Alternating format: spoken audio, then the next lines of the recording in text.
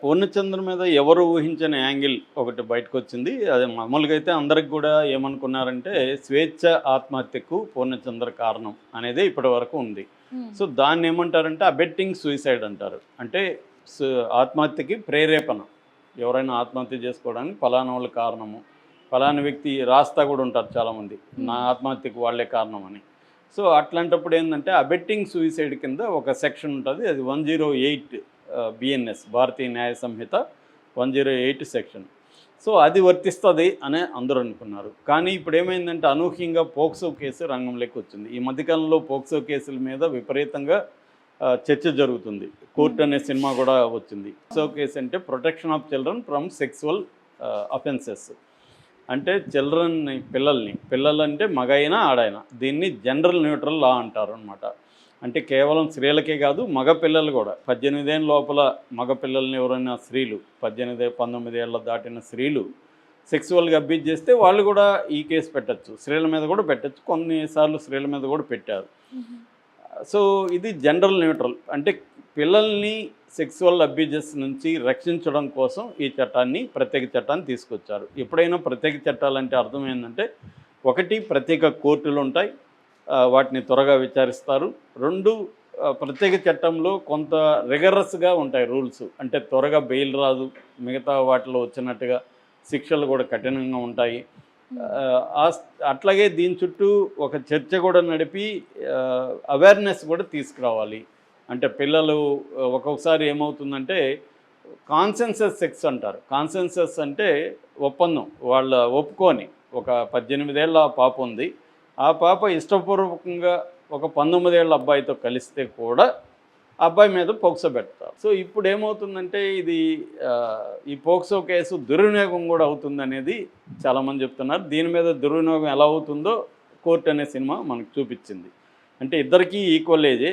నిజానికి ఆ అమ్మాయే అబ్బాయిని సెడ్యూస్ చేసింది. హ్మ్. కానీ వాళ్ళ ఇంట్లో వాళ్ళు ఈ అబ్బాయి మీద పోక్సో పెట్టేశారు. ఇతను నేరస్తుడు అవుతున్నారు. ఇద్దరు ఒకే రకమైన తప్పు చేశారు.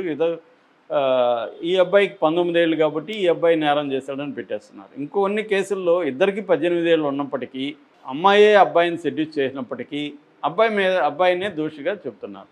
సాక్షాత్తు అనేక హైకోర్టు న్యాయమూర్తులే ఈ ఈ చట్టం దుర్వినియోగం అవుతుంది. అమ్మాయిల సెక్సువల్ ఏజ్‌ని 18 నుంచి 16కి తగ్గించండి.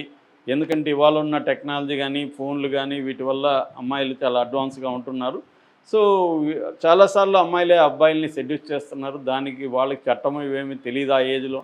వాళ్ళకి ఎవరు పోక్సో గురించి చెప్పరు. కాబట్టి వాళ్ళు కూడా అమ్మాయే సెడ్యూస్ చేస్తుంది కదా! మనకేంటి సమస్య అన్నట్టుగా ఈ అబ్బాయి ముందుకెళ్తున్నాడు.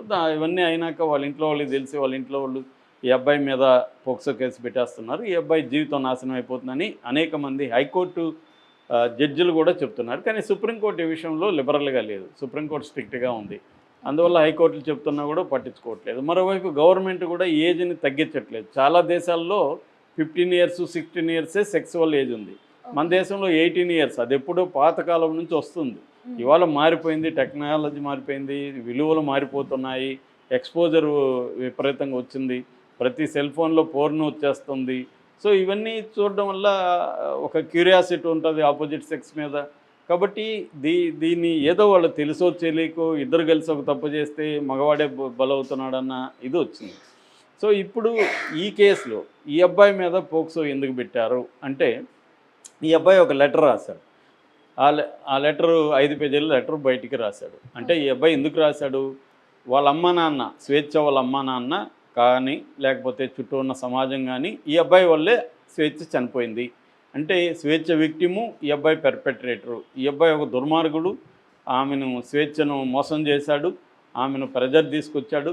పెళ్లి చేసుకుంటానని నమ్మించి ఆమెను శారీరకంగా వాడుకున్నాడన్న ఒక నెరేటివ్ బయటకు వచ్చింది. దీన్ని కౌంటర్ చేయడానికి నేను అట్లేమీ లేదు, స్వేచ్ఛకి ఓపెనే, నాకు పెళ్ళైందని స్వేచ్ఛకి తెలుసు, నేనేం మోసం చేయలేదు. 2009 నుంచి మేము ఫ్రెండ్స్‌మి.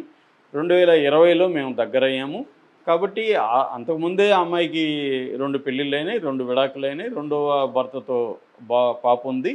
నేను 2022 నుంచి పాప బాధ్యత తీసుకున్నాను. ఎందుకంటే 2022లో ఆ పాపని వాళ్ళ తాతయ్య, అవ్వ దగ్గర నుంచి తీసుకొచ్చింది స్వేచ్ఛ మా ఇంటికి. సో, అప్పటి నుంచి నేను బాధ్యత కన్నెతండ్రి స్థానంలో అమ్మాయికి అన్నీ చేస్తున్నాను. ఈ మధ్య అమ్మాయి మెచ్యూర్ అయితే కూడా ఒక 5 లక్షలు పెట్టి నేను ఫంక్షన్ గ్రాండ్గా చేశాను. సో అలాగే నేను వాళ్ళిద్దరిని నేను చూసుకుంటున్నాను తప్ప నేనేమి నా బాధ్యతల నుంచి ఎదురు కాలేదు. నా వల్ల ఆ అమ్మాయి సఫర్ కాలేదు అన్న. రెండోది ఏంటంటే అమ్మాయి ఆత్మహత్యకు వాళ్ళ నాన్నే కారణం. వాళ్ళ నాన్న ఒక మాట అన్నాడు. ఆ మాట ఏంటంటే, ప్రతి 2 ఏళ్ళకి ఒక వ్యక్తిని తీసుకొచ్చి ఇతనే మీ అల్లుడని పరిచయం చేస్తావు, దీనివల్ల నాకు తలదించుకునే పరిస్థితి ఏర్పడుతుంది. నాకు డబ్బు లేకపోవచ్చు కానీ నేను పీడిఎస్సిలో నాయకుడిగా పనిచేశాను, నాకు గౌరవం ఉంది అని ఆయన హార్ష్గా మాట్లాడడంతో ఈ అమ్మాయి హర్ట్ అయింది. సో దానివల్ల ఆ అమ్మాయి ఆత్మహత్య చేసుకుందన్న సెన్స్తో అతను లెటర్ రాశాడు.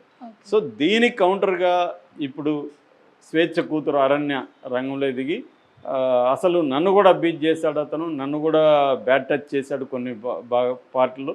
రెండోది మా అమ్మని నన్ను కలవనీయట్లేదు, ప్రతిసారి ఎప్పుడొచ్చినా మా అమ్మ పక్కన నేను కూర్చోనీయకుండా అతను వచ్చి కూర్చొని నన్ను పక్కకు పంపించేశాడు. మా అమ్మ కూడా ఎప్పుడు చూసినా అతనితో మాటలు, అతనితో చాటింగు, గొడవ పడినా కూడా అతనితోనే చాట్ చేస్తాను, నన్ను పట్టించుకునేది కాదు, నన్ను పక్కన పెట్టేశారు వీళ్ళు.